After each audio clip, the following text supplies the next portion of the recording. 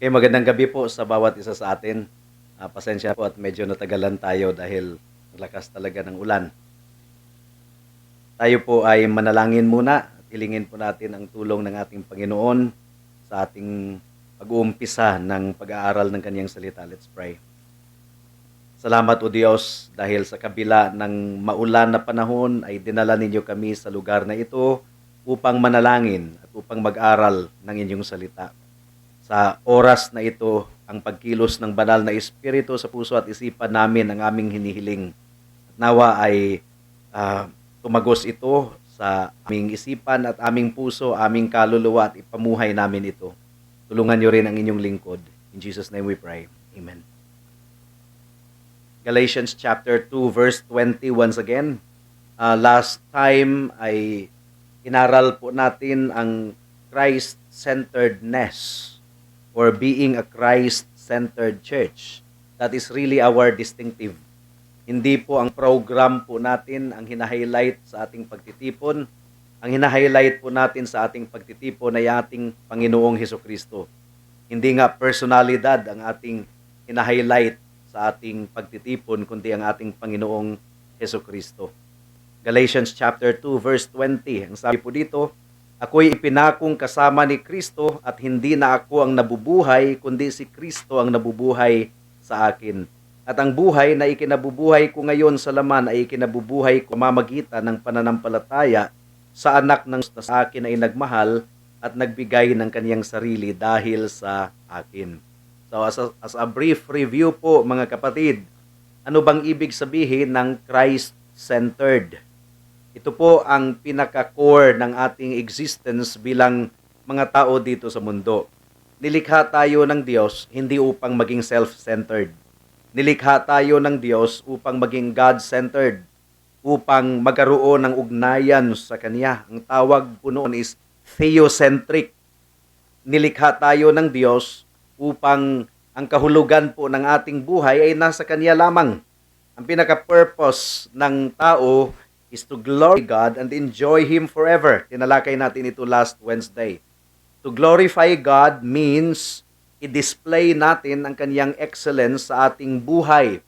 Psalm chapter 29 verse 1 and 2. Ang sabi po dito, mag-ukol kayo sa Panginoon o mga anak ng makapangyarihan, mag-ukol kayo sa Panginoon ng kaluwalhatian at kalakasan. Iukol ninyo sa Panginoon ang kaluwalhatian na nararapat sa Kaniyang pangalan. Sambahin ninyo ang Panginoon sa banal na gayakan.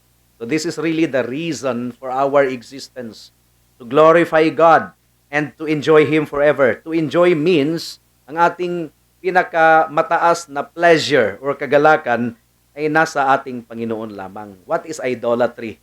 Idolatry means may mas pleasurable pa kaysa sa Diyos. Yun ang idolatry. Imbis na sa Panginoon ka mamangha, ang Panginoon ang titingnan mo, sa Panginoon ka magagalak, pero ang idolatry means doon ka mas nagagalak sa pera, sa sex, sa karangyaan, sa kayabangan, sa fame. So, mas attractive itong mga bagay na ito kaysa sa Panginoon. That's what idolatry means.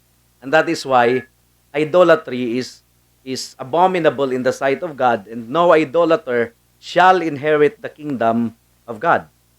Ang Panginoon naman talaga ang greatest source of our greatest happiness. God is the source of our greatest happiness. Ang mundo ay nagsasuggest otherwise, na kung ikaw ay Christian, ikaw ay narrow-minded, ikaw ay killjoy, yun ang suggestion ng mundo.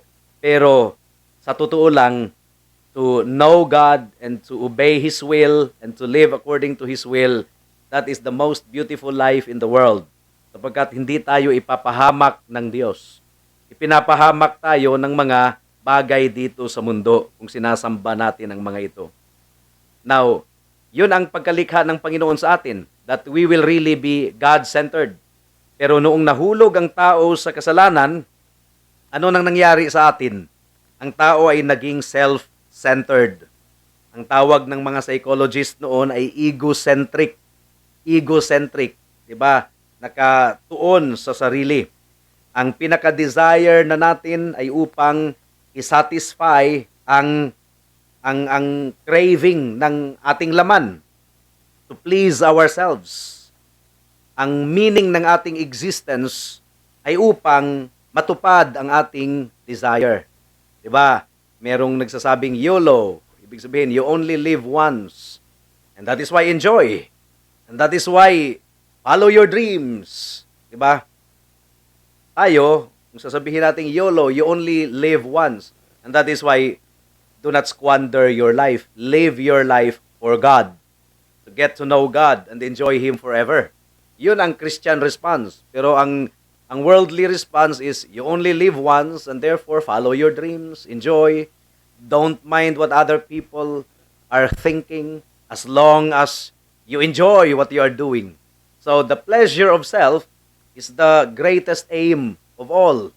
Yun ang kanta ni Whitney Houston, the greatest love of all. Learning to love yourself is the greatest love of all. Give them the sense of pride to make it easier. Let the children's laughter. So, spoiled ang bata. Ibigay ang kanyang gusto para magkaroon siya ng sense of pride. You see? That corrupt song, imbis na turuan ang bata ng humility. Because that is the way of God. God is opposed to the proud but gives grace to the humble. But the psychology or the doctrine of the world is different. Live for yourself. You only have yourself as your best friend. Love yourself. Yun ang mga messages ng mga song nila Justin Bieber, mga Taylor Swift. It's all about the self. It's all about the self. Ang pinaka-greatest desire ng tao is to exalt ourselves and isatisfy ang ating longing para sa flesh. At si Pablo man din ay nagbigay sa atin ng babala na sa huling araw ay gano'n na nga, which is nangyayari na sa atin ngayon. Diba? LGBTQ, kumbaga, you do not dare to speak about them or against them dahil na-offend sila, na-hurt sila. Ang sabi dito sa 2 Timothy 3:2-4, sapagkat ang mga tao ay magiging maibigin sa kanilang sarili.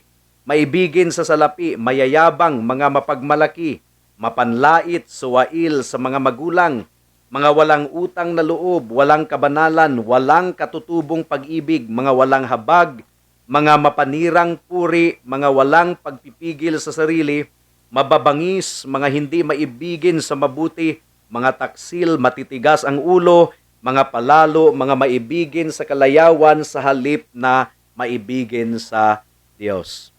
Now, we are not anti-enjoyment.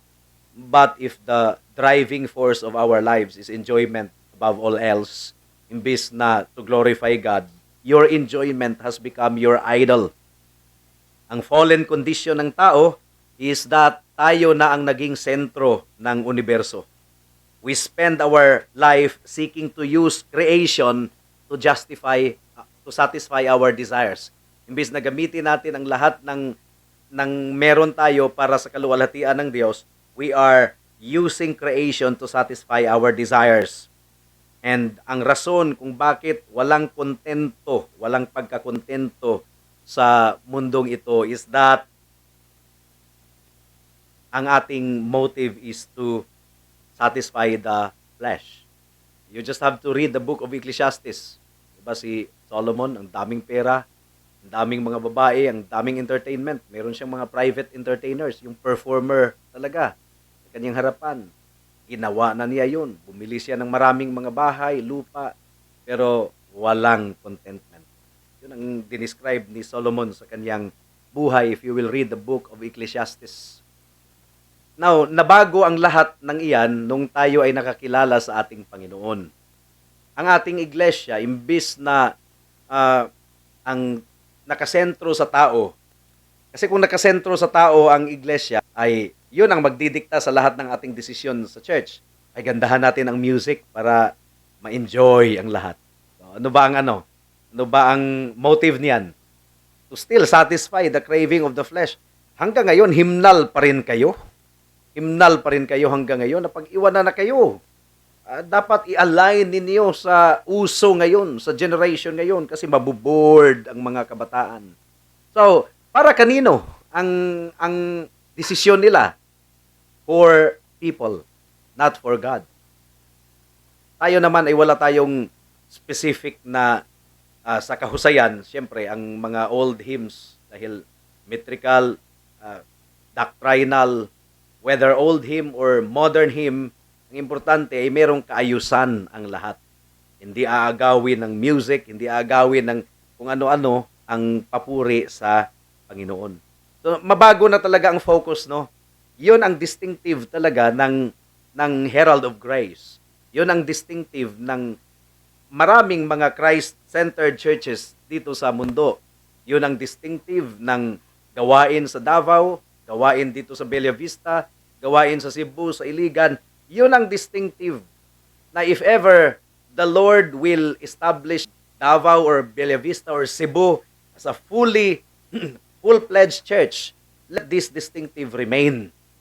Ang Herald of Grace, ito talaga yung distinctive. Sapagkat ang kaligtasan ay nagbibigay sa atin ng panibagong focus. Ang lumang self-centered man ay namatay na. Bago na po ang focus natin. Romans chapter 6, verse 3 to 8. Ang sabi po dito, Romans chapter 6, verse 3 to 8. O hindi ba ninyo nalalaman na tayong lahat na mga nabautismuhan kay Kristo Jesus ay mga nabautismuhan tungo sa kanyang kamatayan? And by the way, baptism is to be done in the context of a local church. Kaya tayo ay inilibing na kasama niya sa pamamagitan ng bautismo tungo sa kamatayan, na kung paanong si Kristo ay muling nabuhay mula sa mga patay sa pamamagitan ng kaluwalhatian ng Ama, gayon din naman tayo ay makakalakad sa panibagong buhay, sapagkat kung tayo ay naging kasama niya na katulad ng kanyang kamatayan, ay magkakagayon din naman tayo sa kanyang muling pagkabuhay. Nalalaman natin na ang ating dating pagkatao ay kasama niyang ipinako sa krus upang ang katawang makasalanan ay mawalan ng bisa at upang tayo'y hindi na magpaalipin pa sa kasalanan, sapagkat ang namatay ay pinalaya na mula sa kasalanan. Subalit kung tayo'y namatay na kasama ni Kristo, sumasampalataya tayo na mabubuhay ding kasama niya. Merong change of focus, merong change of direction ng isang tao na niligtas ng ating Panginoon. Kung ang direction ay towards sin, towards the world, and towards the self, ang direksyon na talaga ay towards God. Luke chapter 9, verse 23 to 24. Please turn there. Luke chapter 9, verse 23 to 24. Ang sabi dito, at sinabi niya sa lahat, kung ang sino man ay nagnanais sumunod sa akin, di ba? Change of direction. Hindi na sarili ang sinusunod, kundi si Kristo na. Kung ang sino man ay nagnanais na sumunod sa akin, tanggihan niya ang kaniyang sarili at magpasan ng kaniyang krus araw-araw at sumunod sa akin. Sapagkat ang sino mang nagnanais na iligtas ang kaniyang sariling buhay ay mawawala nito, subalit sino mang mawala ng kaniyang buhay dahil sa akin ay maililigtas niya ito. So, dinescribe din ni Pablo ang kaligtasan bilang life-changing event.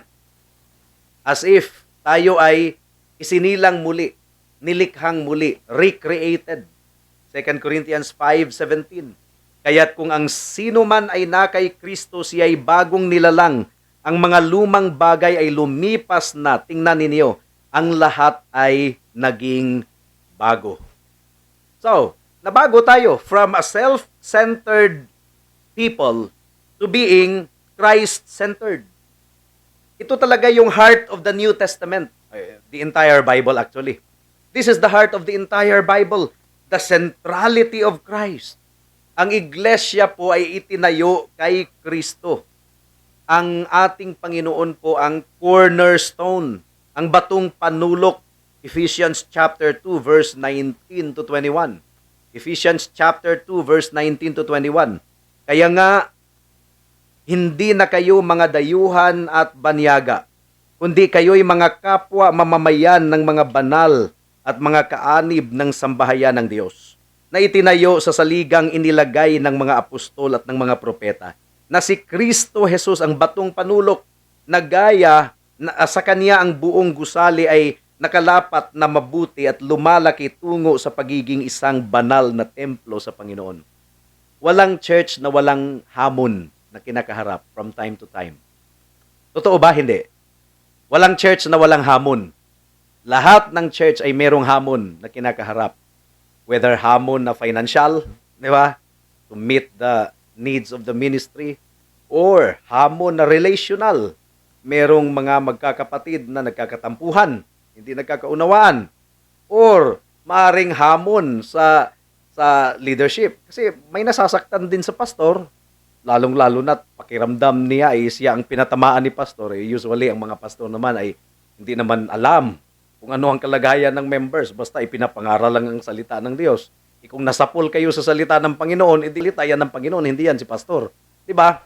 Pero meron talagang ganun. Or merong nasaktan sa mga deacons. May mga ganun talaga from time to time. Sana maging exempted ang ating gawain, pero the Bible does not give us the assurance that we will be exempted. Ang church talaga ay hinahamon talaga yan from time to time. Meron talagang mga ikatitisod, mga little things usually. Kung ang church na yan ay hindi Christ-centered, wala, mayayanig talaga yung church na yan. Mahahati talaga kung ang church ay hindi Christ-centered. Pero kung ang church ay Christ-centered, ano man ang mangyari, magpapatuloy kasi ang focus na kay Christ eh. Di ba? Ang focus ay na kay Christ. So may mga influential members na biglang umalis, yung mga ganon. Kung hindi talaga Christ-centered ang church, talagang mayayanig. Pero dahil Christ-centered ay talagang ang focus natin ay na kay Christ. Well, sa biyaya ng Panginoon, yun ang nangyayari talaga sa mga churches na Christ-centered. Na kahit anumang hamon na susulpot from time to time. Kasi we have an enemy. Satan is the enemy of the church. Para siyang naglalaro ng chess eh. Diba? Pag naglalaro ng chess, wala ka namang ibang hangad pag naglalaro ka ng chess. Matihin mo yung kalaban mo. Diba? Mag-i-strategize ka eh. Kung paano mo mamati yung king. 'Di ba? Ang king limitado yung galaw. Ang king naman talaga yung ipabagsak, yung ma-capture mo yung king. 'Di ba? That's the concept of chess. Ay, mas higit na master player ng chess Satanas. Nag-i-strategize siya. Oops. Sunday na Sunday, malakas itong church na ito. Christ-centered sila. Sunday na Sunday, napaka-sweet ng fellowship. Bukas, maghanda kayo. Usually, ang mga Christians nahuhulog sa kasalanan pag Monday. Sa Sunday, mukhang pinapabayaan pa sila ni Satanas. Mukhang nagmamasid, nagre-rest lang si Satanas. Although, bumubulong-bulong din siya paminsan-minsan, na kahit sa kalagitnaan ng worship ay medyo gumagala ang ating isipan. But generally, para bang naghahanap ng parang ano bang tawag sa Tagalog nung pumupurma pa sa Satanas eh. Pag Sunday, parang silence siya. Kasi nga, high na high yung mga Christian sa loob ng church. Lahat ng means of grace ay nandyan. The Word of God is preached. May mga fellowship. Maghanda ang mga Christian pag Monday. Kasi dyan talaga pumapasok ang lahat ng weapon ni Satanas. Totoo hindi? Sa karanasan natin, Monday na Monday. Unang-una, katamaran. Monday na Monday. Oo. Lahat na ng mga rumires back si Satanas pag Monday. Usually. Kaya mag-ingat. Siya ay para siyang naglalaro ng chess. Naghihintay lang kung kailan mamati yung. Hindi naman niya mamati ang ating Panginoong Hesukristo. Hindi talaga niya mapataob. Pero talagang minamatyagan niya ang church. That's what the Word of God is telling us. Minamatyagan niya ang church. Ephesians chapter 1 verse 18 to 23. Kaya nga, kung hindi tayo Christ-centered, madali tayong masway. Ano man ang mangyayari sa church, madaling masway. May mga discouraging moments, madaling masway. Lalo na may mga times talaga na May mga times din na maraming bakanting upuan sa church. May mga times na medyo mapadalas, may mga nagkakasakit. Kung hindi tayo Christ-centered at tayo ay visual-centered, madi-discourage tayo. Pero sa biyaya ng Panginoon, kung ang church ay Christ-centered, ay magpapatuloy tayo. Iyon ang nais nating maitatag sa Davao, sa Bella Vista, sa Iligan, sa Cebu, sa Kuwait, at yun ang nais nating mapanatili sa ating church sa Dasmariñas. Diba? Christ-centered. Ephesians chapter 1 verse 18 to 23. Yamang naliwanagan ang mga mata ng inyong puso upang malaman ninyo kung ano ang pag-asa sa kaniyang pagtawag, kung ano ang mga kayamanan ng kaluwalhatian ng kaniyang pamana sa mga banal, at kung ano ang di masukat na kadakilaan ng kaniyang kapangyarihan sa atin na sumasampalataya ayon sa paggawa ng kapangyarihan ng kaniyang lakas. Kaniyang isinagawa ito kay Kristo ng kaniyang muling buhayin siya mula sa mga patay at pinaupo sa kaniyang kanan sa sangkalangitan, higit na mataas kaysa lahat ng pamunuan, kapamahalaan, kapangyarihan at paghahari at sa bawat pangalan na pinangalanan, hindi lamang sa panahong ito, kundi maging sa darating na panahon. At kanyang inilagay ang lahat ng mga bagay sa ilalim ng kanyang mga paa at ginawa siyang ulo ng lahat ng mga bagay sa iglesia, na siyang katawan niya, ang kapuspusan niya na pumupuspos ng lahat sa lahat. You see how Christ-centered the orientation of the Apostle Paul is. Kaya sa ating gospel proclamation din, sa pangangaral natin, every time na merong tatayo sa pulpito, hindi na rin nakapagtataka. It's really Christ-centered, not self-centered messages. Go to typical evangelical churches. Ano ang mga topics nila? How to get along well with other people. May mga ano na yan may mga topic na yan mga motivational, na-reduce ang sermon into motivational speech para ma-encourage sa mga hamon sa buhay, hanggang dyan lang talaga na level. But the gospel proclamation of a Christ-centered church is focused on Christ. Lahat ng preaching, si Kristo talaga ang ultimate subject. Lahat ng preaching. 1 Corinthians chapter 2 verse 1 and 2. Ito yung resolution ni Pablo. Hindi tayo nagsasawa na i-lift up ang ating Panginoong Hesukristo sa lahat ng ating proclamation, dahil si Pablo man din ay nagsasabi, mga kapatid, nang ako ay dumating sa inyo, hindi ako dumating na nagpapahayag sa inyo ng patutuo ng Diyos sa pamamagitan ng matatayog na pananalita o karunungan, sapagkat aking ipinasyang walang anumang malaman sa gitna ninyo, maliban na si Kristo Jesus at siya na ipinako sa krus. For I determined that nothing more should be known among you but Jesus Christ and Him crucified. So Paul was determined to preach nothing and no one but Jesus Christ and Him crucified. 1 Corinthians chapter 1 verse 22 hanggang sa 24. Ang sabi po dito, 1 Corinthians chapter 1 verse 22 to 24, sapagkat ang mga Hudiyo ay humihingi ng mga tanda, at ang mga Griego ay humahanap ng karunungan, subalit ipinangangaral namin ang Kristo na ipinako sa krus, na isang katitisuran sa mga Hudiyo at kahangalan sa mga Hintil. Ngunit sa kanila na mga tinawag, maging mga Hudiyo at mga Griego, si Kristo ang kapangyarihan ng Diyos at ang karunungan ng Diyos. You see, the focus of our proclamation is Christ. It's the Lord Jesus Christ. Naalala ko talaga, more than 15 years ago, meron talagang attender dati sa Salitran na nagsasabing, bakit si pastor, yun lang palagi ang pinipreach? Dapat mag-preach din ng mga tithes para maturuan ng mga members para sila yumaman. Meron talagang nagsabi. Hindi yung puro doctrine, puro Christ. Dapat magturo din ng tithes. Dapat magturo din. Yun talaga yung ano. Kaya nga hindi dumadami ang pera natin dahil ang pastor ay hindi nagpi-preach ng tithes.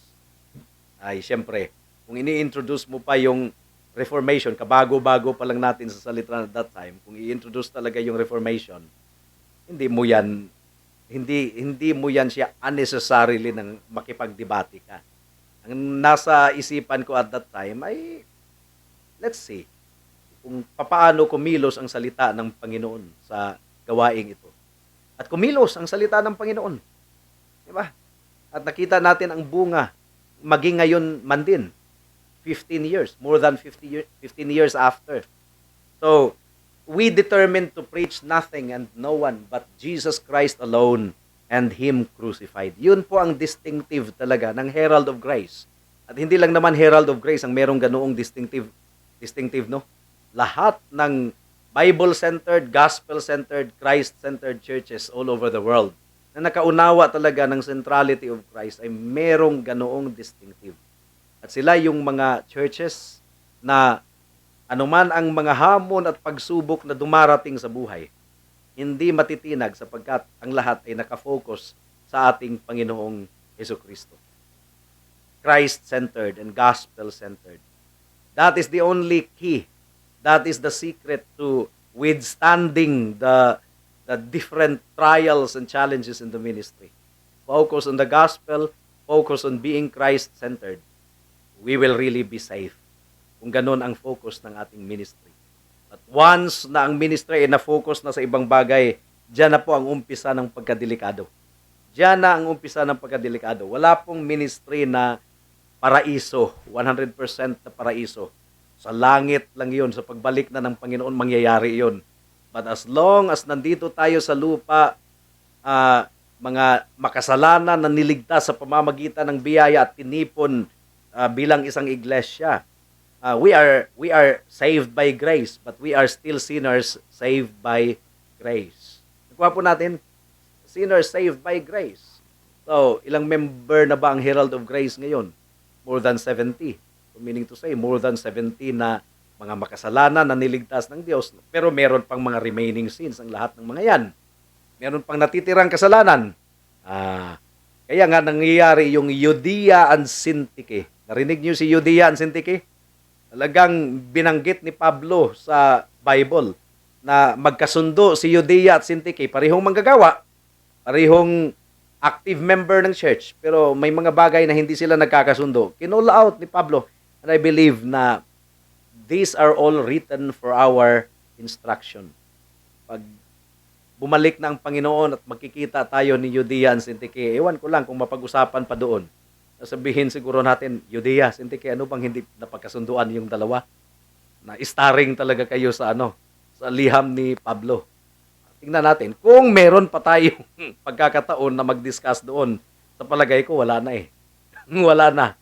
Because we will be captivated 100% sa kaluwalhatian ng ating Panginoong Hesukristo. Jesus Christ is the Alpha and Omega. Ibig sabihin, He is the beginning and the end, the first and the last. Jesus Christ is our all in all. At ito talaga yung heart ng ating church. We must be Christ-centered. And this must be at the heart of our life as individual Christians. So, as we continue to explore once again the distinctives of Herald of Grace, nawa po ay ma-refresh po tayo sa mga bagay na ito. So, double purpose po tayo. We are hitting two birds with one stone. I-review natin ito dito sa Bella Vista, pero binabalikan natin ito for Davao, for Iligan, and for Cebu. Salamat sa ating Panginoon. At para sa mga kaibigan na wala pa sa ating Panginoon, miserable ang buhay ng isang tao na hindi nakatuon kay Kristo at hindi nakatuon sa Diyos. If a person lives only for himself, miserable talaga. Miserable because we cannot always get what we want in this world. Alam natin yan. Nagkikrave ka ng itlog maalat, nalibot mo na ang lahat ng tindahan, walang itlog maalat na nahanap ka. So, frustrated ka. Diba, may mga kahit ganoong mga simple longings, mga little longings, but even sa mga little longings, we cannot always get what we want. Diba? Gusto mo ng ice cream, wala talagang available, wala ka nang magagawa. Now, if a person lives only for himself, he is the most miserable person in the world. because we cannot always get what we want. And so, we become frustrated. But for a true Christian, kung hindi niya makuha ang kanyang gusto, ano ang bukang bibig niya? Hindi kalooban ng Diyos.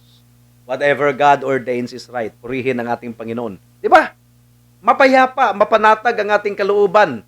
Pero ang hindi mananampalataya na hindi nagtitiwala sa Diyos, ang daming mga frustrations at mga stress sa buhay, mga anxiety, nagiging bukang bibig na ngayon yung anxiety. Nagiging bukang bibig ng mental health, ng depression.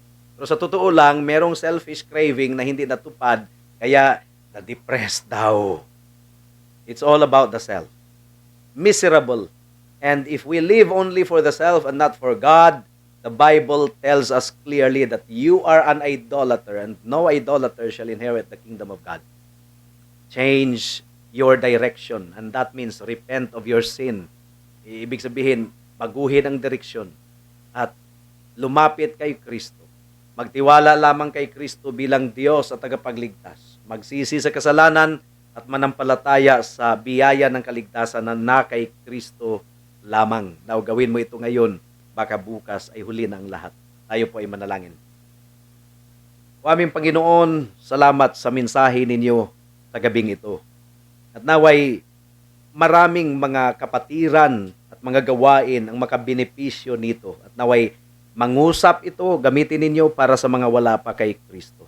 In Jesus' name we pray. Amen.